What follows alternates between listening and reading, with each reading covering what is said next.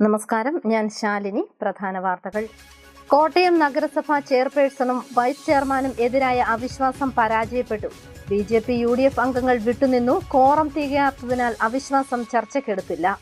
യുവനടിയുടെ ലൈംഗികാരോപണം. മുകേഷ് ധാർമ്മികമായി എം.എൽ.എ. സ്ഥാനം രാജിവെക്കണമെന്ന് തിരുവഞ്ചൂർ രാധാകൃഷ്ണൻ എം.എൽ.എ. വനിതാ ഓഫീസർമാർ മാത്രമുള്ള അന്വേഷണ സംഘം വേണമെന്നും ആവശ്യം. കാഞ്ഞിരപ്പള്ളി അക്കരപ്പള്ളിയിൽ എട്ടുനോമ്പാചരണത്തിന് ഒരുക്കങ്ങളായി. 31-ന് പെരുന്നാളിന് കൊടിയേറും. വിശ്വാസികൾക്കായി വിപുലമായ ക്രമീകരണങ്ങൾ. വാർത്തകൾ വിശദമായി. കോട്ടയം നഗരസഭയിൽ ചെയർപേഴ്സണെതിരെ LDF കൊണ്ടുവന്ന അവിശ്വാസം പരാജയപ്പെട്ടു. ഇത് 3ാമത് തവണയാണ് LDF അവിശ്വാസം കൊണ്ടുവരുന്നത്.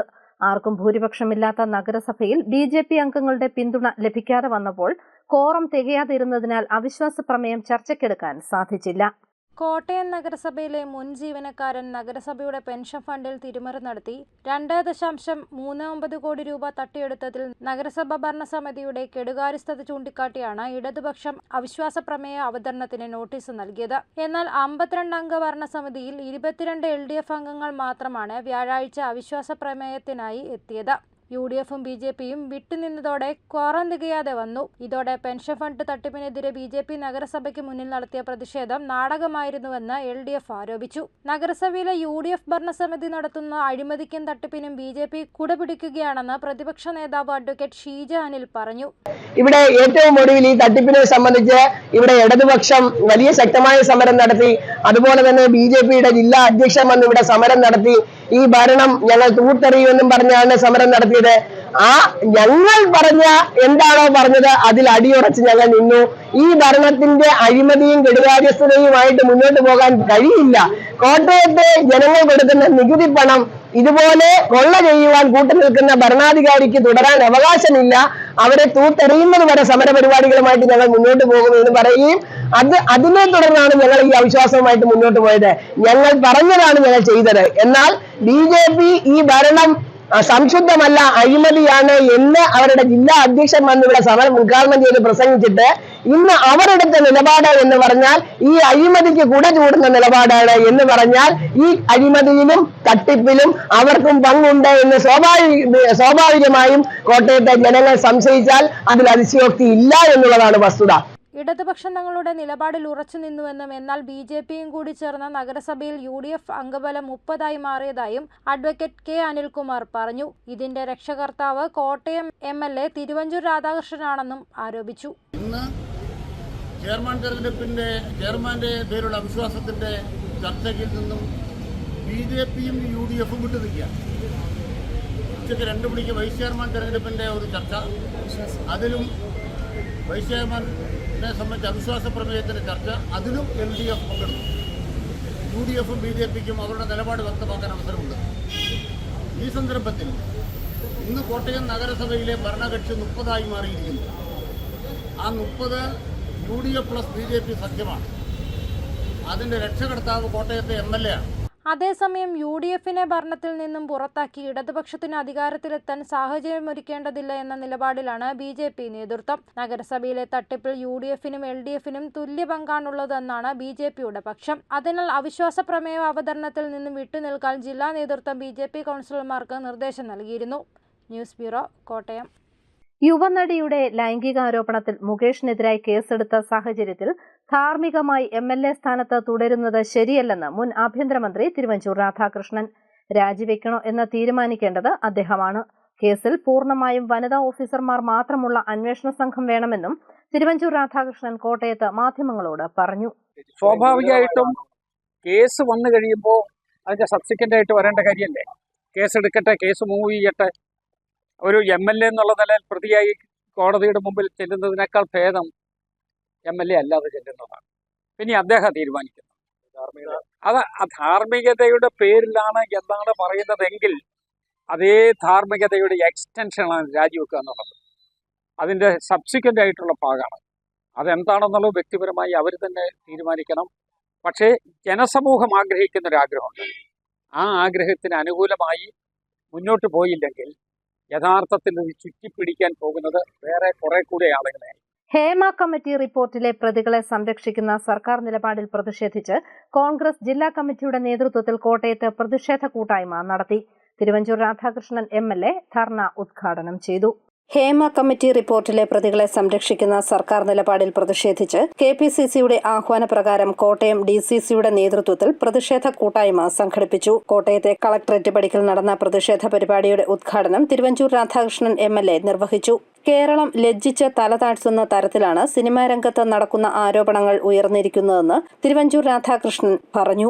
കാറ്റത്ത് മാമ്പഴം പൊഴിയുന്നത് പോലെയാണ് പൊയ്മുഖങ്ങൾ മറ നീക്കി പുറത്തു വരുന്നതെന്നും തിരുവഞ്ചൂർ രാധാകൃഷ്ണൻ പരിഹസിച്ചു. ഹേമ കമ്മിറ്റി റിപ്പോർട്ടിൽ അന്വേഷണം നടത്തി കുറ്റക്കാർക്കെതിരെ നടപടി സ്വീകരിക്കണമെന്നും സാംസ്കാരിക വകുപ്പ് മന്ത്രി സജി ചെറിയാൻ രാജിവെക്കണമെന്നും തിരുവഞ്ചൂർ ആവശ്യപ്പെട്ടു. നിയമമനുസരിച്ച് പോലീസ് കേസ് രജിസ്റ്റർ ചെയ്ത് കുറ്റവാളിയെ അറസ്റ്റ് ചെയ്ത് ചോദ്യം ചെയ്ത് തൊണ്ടി മുതലെടുക്കുന്നതിന് വേണ്ടിയുള്ള നടപടിക്രമത്തിലേക്ക് പോവുക എന്നുള്ളതാണ്. ഗവൺമെന്റ് ഇപ്പൊ ചെയ്തുകൊണ്ടിരിക്കുന്നത് എന്താ? ഗവൺമെന്റ് അതിനൊന്നും തയ്യാറല്ല. ഗവൺമെന്റ് അന്വേഷണത്തിന് തയ്യാറല്ല. അവരിങ്ങനെ പമ്പിരിക്കുകയാണ്. ആ നില വന്നപ്പോഴാണ് ഓരോ ആളുകളെയും വെളിപ്പെടുത്തൽ ഒന്നൊന്നായി വന്നുകൊണ്ടിരിക്കുന്നത്.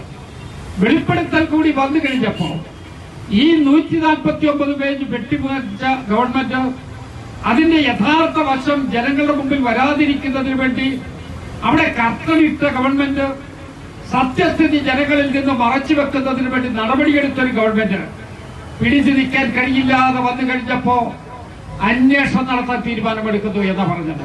DCC പ്രസിഡന്റ് നാട്ടകം സുരേഷ് അധ്യക്ഷനായി. News bureau, Kottayam. കാഞ്ഞിരപ്പള്ളി പഴയ പള്ളിയിൽ 8 നോമ്പാചരണവും പരിശുദ്ധ മാതാവിന്റെ പിറവി തിരുനാളും ഓഗസ്റ്റ് 31 മുതൽ സെപ്റ്റംബർ 8 വരെ നടക്കും. ഈ വർഷവും അമ്മമാരാണ് തിരുനാൾ ഏറ്റെടുത്ത് നടത്തുന്നത്. കിഴക്കൻ പ്രദേശത്തെ പുരാതന മരിയൻ തീർത്ഥാടന കേന്ദ്രമാണ് പഴയ പള്ളി. സീറോ മലബാർ മേജർ ആർക്കി എപ്പിസ്കോപ്പൻ തീർത്ഥാടന കേന്ദ്രമായ കാഞ്ഞിരപ്പള്ളി പഴയ പള്ളിയിൽ 8 നോമ്പാചരണവും പരിശുദ്ധ മാതാവിന്റെ പിറവി തിരുനാളും ആഗസ്റ്റ് 31 മുതൽ സെപ്റ്റംബർ 8 വരെ ആഘോഷിക്കും. തിരുനാളിന് തുടക്കം കുറിച്ച് ആഗസ്റ്റ് 31 വൈകുന്നേരം 4 മണിക്ക് കൊടിയേറ്റും. കത്തീഡ്രൽ വികാരി ഫാദർ വർഗീസ് പരിന്തിരിക്കൽ കൊടിയേറ്റി നൊവേന അർപ്പിക്കും. സെപ്റ്റംബർ 1 മുതൽ 8 വരെ വിവിധ സമയങ്ങളിൽ പരിശുദ്ധ കുർബാന അർപ്പിക്കപ്പെടും. സീറോ മലബാർ കുരിയമെത്രാൻ Mar Sebastian Vaniyapurackal, Syro Malabar major archbishop കർദിനാൾ മാർ ജോർജ് ആലഞ്ചേരി, കാഞ്ഞിരപ്പള്ളി രൂപത മുൻ അധ്യക്ഷൻ മാർ മാത്യു അറയ്ക്കൽ, രൂപത അധ്യക്ഷൻ മാർ ജോസഫ് പുളിക്കൽ, സീറോ മലബാർ സഭ major archbishop Mar Raphael Thattil എന്നിവർ വിവിധ ദിവസങ്ങളിൽ കുർബാന അർപ്പിക്കും. സെപ്റ്റംബർ 3 രാവിലെ 11:30 കത്തീഡ്രൽ പള്ളിയിൽ നിന്നും പഴയ പള്ളിയിലേക്ക് മാതൃവേദിയുടെ മരിയൻ തീർത്ഥാടനവും മേരി നാമധാരികളുടെ സംഗമവും ഉണ്ടായിരിക്കും. 7 വൈകുന്നേരം 6 മണിക്ക് ദിവ്യകാരുണ്യ പ്രദക്ഷിണവും 8 വൈകിട്ട് 6 മണിക്ക് തിരുനാൾ പ്രദക്ഷിണവും ഉണ്ടായിരിക്കും. എല്ലാ വർഷങ്ങളിലെ പോലെ തന്നെ പതിവ് പോലെ തന്നെ എല്ലാവിധ സജ്ജീകരണങ്ങളും ക്രമീകരണങ്ങളും 8 നോമ്പിന് വേണ്ടി ഒരുങ്ങിക്കഴിഞ്ഞു. രാവിലെ മുതൽ 5 മണി മുതൽ വൈകിട്ട് 7 മണി വരെ തുടർച്ചയായിട്ട് വിശുദ്ധ കുർബാനയുണ്ട്. അഭിയന്യ പിതാക്കന്മാർ രൂപത അധ്യക്ഷനെ മാർ ജോസ് പുളിക്കൽ പിതാവ്, രൂപതയുടെ മുൻ അധ്യക്ഷനെ മാർ മാത്യു അറയ്ക്കൽ പിതാവ്, കുര്യ ബിഷപ്പ് മാർ സെബാസ്റ്റ്യൻ വാണിയപുരയ്ക്കൽ പിതാവ്, കർദിനാള് ജോർജ് ആലഞ്ചേരി പിതാവ്, ഏറ്റവും അവസാനത്തെ ദിവസം സഭയുടെ major archbishop Mar Raphael Thattil പിതാവ്, ഇവരെല്ലാവരും ഈ ദിവസങ്ങളിലെ വിശുദ്ധ ബലി അർപ്പിക്കുവാനായിട്ടും 8 നോമ്പിലെ പങ്കാളിത്തത്തിന് വേണ്ടി എത്തുന്ന പ്രധാനപ്പെട്ട വ്യക്തികളാണ്. അതുപോലെ തന്നെ 10 വർഷങ്ങളിൽ പോലെ നേർച്ചക്കഞ്ഞി രാവിലെ 9:30 മുതൽ വൈകിട്ട് വൈകുന്നേരം വരെ 4 മണി വരെയൊക്കെ കൊടുക്കുവാനുള്ള ക്രമീകരണവും ഇതിനോടകം തന്നെ നടത്തി കഴിഞ്ഞിട്ടുണ്ട്. ഒരു 50,000 പേരെ ഉൾക്കൊള്ളാവുന്ന വിശാലമായ പന്തലും ക്രമീകരിച്ചിട്ടുണ്ട്. അതുകൊണ്ട് എത്തുന്നവർക്കുള്ള അത്യാവശ്യ ക്രമീകരണം എല്ലാം തന്നെ 10 വർഷങ്ങളെ പോലെ ക്രമീകരിച്ചിട്ടുണ്ട്. തിരുനാളിൽ പങ്കെടുക്കാൻ എത്തുന്നവർക്കായി വിപുലമായ ക്രമീകരണം ഒരുക്കിയിട്ടുണ്ട്. 50,000 പേർക്ക് ഇരിക്കാവുന്ന പന്തൽ തയ്യാറാക്കി. 8 വരെ നേർച്ചക്കഞ്ഞി വിതരണവും ഉണ്ടായിരിക്കുമെന്ന് പള്ളി ഭാരവാഹികൾ വാർത്താസമ്മേളനത്തിൽ അറിയിച്ചു. News bureau, Kanjirappally. സഹകരണ രജിസ്ട്രാർ അനുമതി നൽകിയ ഫീൽഡ് അസിസ്റ്റന്റ് തസ്തികയിൽ കളക്ഷൻ ജീവനക്കാരെ നിയമിക്കണമെന്നാവശ്യപ്പെട്ട് കളക്ഷൻ ജീവനക്കാർ വേറിട്ട സമരവുമായി രംഗത്ത്. കേരള ബാങ്ക് റീജിയണൽ ഓഫീസിന് മുന്നിൽ പ്രതീകാത്മക ആത്മഹത്യാ സമരം നടത്തി. കളക്ഷൻ ജീവനക്കാരെ ഫീൽഡ് അസിസ്റ്റന്റ് തസ്തികയിൽ നിയമിക്കുമെന്ന കേരള ബാങ്ക് ഭരണസമിതി തീരുമാനം നടപ്പിലാക്കുക, കളക്ഷൻ ജീവനക്കാർക്ക് ബാങ്ക് നൽകിയ ഉറപ്പുകൾ പാലിക്കുക, സ്കെയിൽ ഓഫ് പേ അനുവദിക്കുക, വെട്ടിക്കുറച്ച ആനുകൂല്യങ്ങൾ പുനഃസ്ഥാപിക്കുക തുടങ്ങിയ ആവശ്യങ്ങൾ ഉന്നയിച്ച് ഇടുക്കി, കോട്ടയം ജില്ലകളിലെ കളക്ഷൻ ജീവനക്കാരുടെ സംയുക്ത സമരസമിതിയാണ് കേരള ബാങ്ക് കോട്ടയം റീജിയണൽ ഓഫീസിന് മുന്നിൽ പ്രകടനവും പ്രതീകാത്മക ആത്മഹത്യാ സമരവും നടത്തിയത്. ജില്ലാ ബാങ്കുകളുടെ ആരംഭകാലം മുതൽ യാതൊരുവിധ ആനുകൂല്യങ്ങളും ഇല്ലാതെ 40 വർഷത്തോളമായി കമ്മീഷൻ വ്യവസ്ഥയിൽ ജോലി ചെയ്യുന്നവരാണ് കേരള ബാങ്കിലെ കളക്ഷൻ ജീവനക്കാർ. സർക്കാർ ഉത്തരവിനെ തുടർന്ന് 2011 കളക്ഷൻ ജീവനക്കാർക്ക് തസ്തിക അനുവാദവും നിയമാനുവാദവും ലഭിച്ചിരുന്നു. കളക്ഷൻ ജീവനക്കാരെ സ്ഥിരപ്പെടുത്തണമെന്നാവശ്യപ്പെട്ട് കാലാകാലങ്ങളിലെ സർക്കാരുകൾക്ക് നിവേദനം നൽകിയെങ്കിലും നടപടി ഉണ്ടായില്ല. കേരള ബാങ്ക് നിലവിൽ വന്നിട്ട് ഇത്രയും വർഷമായിട്ടും വാഗ്ദാനങ്ങൾ പാലിക്കാത്തതിനെ തുടർന്നാണ് കളക്ഷൻ ജീവനക്കാർ പ്രത്യക്ഷ സമരവുമായി രംഗത്തെത്തിയത്. കോട്ടയം തിരുനക്കര ഗാന്ധി സ്ക്വയറിൽ നിന്നും ആരംഭിച്ച പ്രതിഷേധ റാലി ബാങ്കിന് മുന്നിൽ സമാപിച്ചു. തുടർന്ന് നടന്ന ധർണാ സമരം സമരസമിതി ചെയർമാൻ KV ടോമി ഉദ്ഘാടനം ചെയ്തു. കൺവീനർ സുനിൽകുമാർ KS അധ്യക്ഷനായി. Kerala bank employees federation of India സംസ്ഥാന ജോയിന്റ് സെക്രട്ടറി KP ഷാ, കോട്ടയം ജില്ലാ secretary KK Binu, Kerala bank employees congress Idukki ജില്ലാ സെക്രട്ടറി KD അനിൽകുമാർ, കോട്ടയം ജില്ലാ കമ്മിറ്റി അംഗം മാത്യു കുര്യൻ, സമരസമിതി നേതാക്കളായ KB ശിവൻ തുടങ്ങിയവർ പങ്കെടുത്തു. News bureau, Kottayam. Pala Choondacherry engineering college വിദ്യാർത്ഥിയെ ട്രെയിനിൽ നിന്നും വീണു മരിച്ച നിലയിൽ കണ്ടെത്തി. ഇലക്ട്രോണിക്സ് ആൻഡ് കമ്പ്യൂട്ടർ എഞ്ചിനീയറിംഗ് 4ാം വർഷ വിദ്യാർത്ഥി നോയൽ ജോബിയാണ് മരിച്ചത്. കോളേജിൽ നിന്നും ഇൻഡസ്ട്രിയൽ വിസിറ്റിനായി ബാംഗ്ലൂരിൽ പോയി മടങ്ങിയ സംഘാംഗമായിരുന്നു നോയൽ. 28-ാം തീയതി സംഘം തിരികെ എറണാകുളത്തെത്തിയപ്പോൾ കോഴിക്കോട് നിന്നും പോലീസ് വിളിക്കുമ്പോഴാണ് നോയൽ ഒപ്പമില്ലെന്ന് മനസ്സിലാക്കിയത്. കോഴിക്കോട് ഭാഗത്ത് പാളത്തിന് സമീപം വീണുകിടക്കുന്ന നിലയിലായിരുന്നു. ഏറ്റുമാനൂർ സ്വദേശിയാണ് നോയൽ. ആശുപത്രികളിലെത്തുന്ന രോഗികളുടെ എണ്ണത്തിനനുസരിച്ച് നഴ്സുമാരുടെ തസ്തിക സൃഷ്ടിച്ച് നിയമനം നടത്തണമെന്നാവശ്യപ്പെട്ട് KGNAയുടെ നേതൃത്വത്തിൽ സംസ്ഥാന വ്യാപകമായി പ്രതിഷേധ സമരം സംഘടിപ്പിച്ചു. കോട്ടയം കളക്ടറേറ്റിന് മുന്നിൽ നടന്ന ധർണ CPM സംസ്ഥാന കമ്മിറ്റി അംഗം അഡ്വക്കേറ്റ് K അനിൽകുമാർ ഉദ്ഘാടനം ചെയ്തു.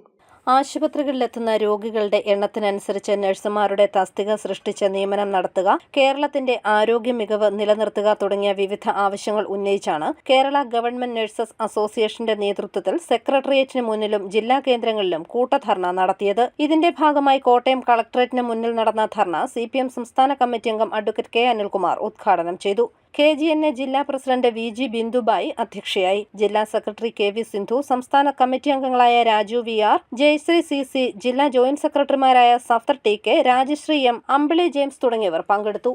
News bureau, Kottayam. Archbishop Joseph Perumthottam മെത്രാപ്പൊലീത്ത സ്ഥാനത്തു നിന്നും വിരമിക്കുന്നു. ചങ്ങനാശ്ശേരി അതിരൂപതയുടെ മുഖ്യ അജപാലകനായി കഴിഞ്ഞ 17 വർഷം സേവനം അനുഷ്ഠിക്കുകയായിരുന്നു അദ്ദേഹം.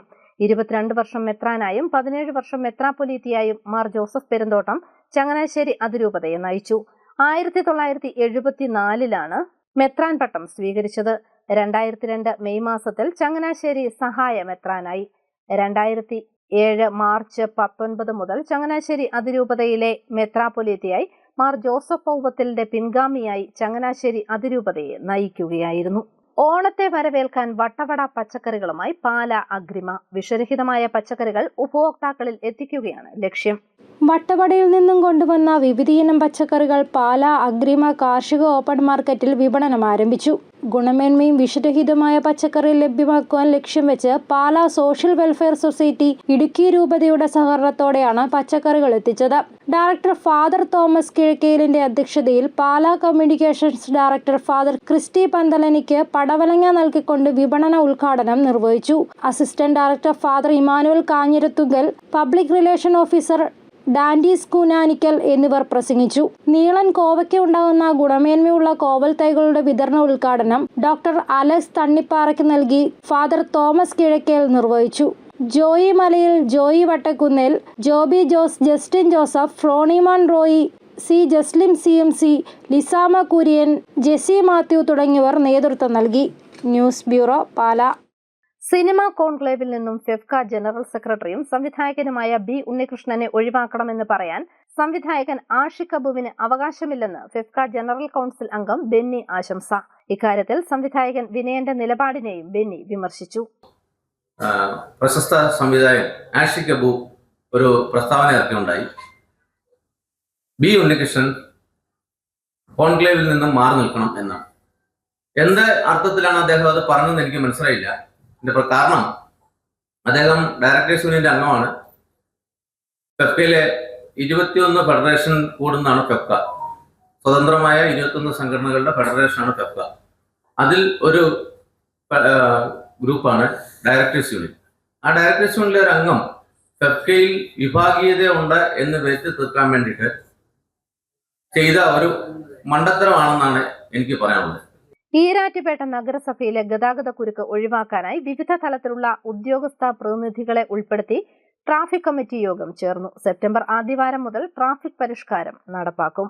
ഈരാറ്റുപേട്ട നഗരസഭയിലെ ഗതാഗത കുരുക്ക് ഒഴിവാക്കാനായി വിവിധ തലത്തിലുള്ള ഉദ്യോഗസ്ഥ പ്രതിനിധികളെ ഉൾപ്പെടുത്തി ട്രാഫിക് കമ്മിറ്റി യോഗം ചേർന്നു. യോഗത്തിലെ പ്രധാന നിർദ്ദേശങ്ങൾ ഇവയാണ്. Kurikkal Nagar market road one way ആക്കും. കുരിക്കൽ നഗറിൽ നിന്ന് മാത്രം പ്രവേശനം അനുവദിക്കുകയുള്ളൂ. തിരിച്ചുവരേണ്ട വാഹനങ്ങൾ വിൻമാർട്ട് റോഡ് വഴിയോ RHM ജംഗ്ഷൻ വഴിയോ തിരിച്ചു വരണം. തെക്കേക്കര കോസ്വേ വൺ വേ ആക്കും. തെക്കേക്കര കോസ്വേയിൽ നിന്നുള്ള വാഹനങ്ങൾ ഇടത്തേക്ക് തിരിഞ്ഞ് സെൻട്രൽ ജംഗ്ഷൻ ചുറ്റി മാത്രം മാർക്കറ്റ് റോഡിലേക്കും പ്രൈവറ്റ് ബസ് സ്റ്റാൻഡ് ഭാഗത്തേക്കും പോവുക. കോസ്വേയിലേക്ക് ടൗണിൽ നിന്ന് പ്രവേശനം 2 വീലർക്ക് മാത്രമായി പരിമിതപ്പെടുത്തും. കോസ്വേയിൽ വാഹനങ്ങൾ പാർക്ക് ചെയ്യുന്നത് കർശനമായി നിരോധിക്കും. കുരിക്കൽ നഗറിലെ ബസ്സുകളുടെ അനധികൃത പാർക്കിങ്ങും ഓട്ടോകളുടെ കറക്കവും അവസാനിപ്പിക്കും. വരുന്ന ബസ്സുകൾ ആളെ ഇറക്കി കയറ്റി എത്രയും പെട്ടെന്ന് സ്റ്റാൻഡിൽ പോയി പാർക്ക് ചെയ്യണം. ഫുട്പാത്ത് റോഡും കയ്യേറിയുള്ള കച്ചവടം പൂർണ്ണമായി ഒഴിവാക്കും. ഫുട്പാത്ത് റോഡും കയ്യേറിയുള്ള കച്ചവടവും പൂർണ്ണമായി ഒഴിപ്പിക്കാനും തീരുമാനമായി. ടൗണിലുള്ള ബസ് സ്റ്റോപ്പുകൾ സംബന്ധിച്ച് പരിശോധന നടത്തി കൃത്യമായ പ്രപ്പോസൽ 15 ദിവസത്തിനകം തയ്യാറാക്കി നഗരസഭയ്ക്ക് നൽകുന്നതിന് മോട്ടോർ വാഹന വകുപ്പിനെ ചുമതലപ്പെടുത്താൻ തീരുമാനിച്ചു.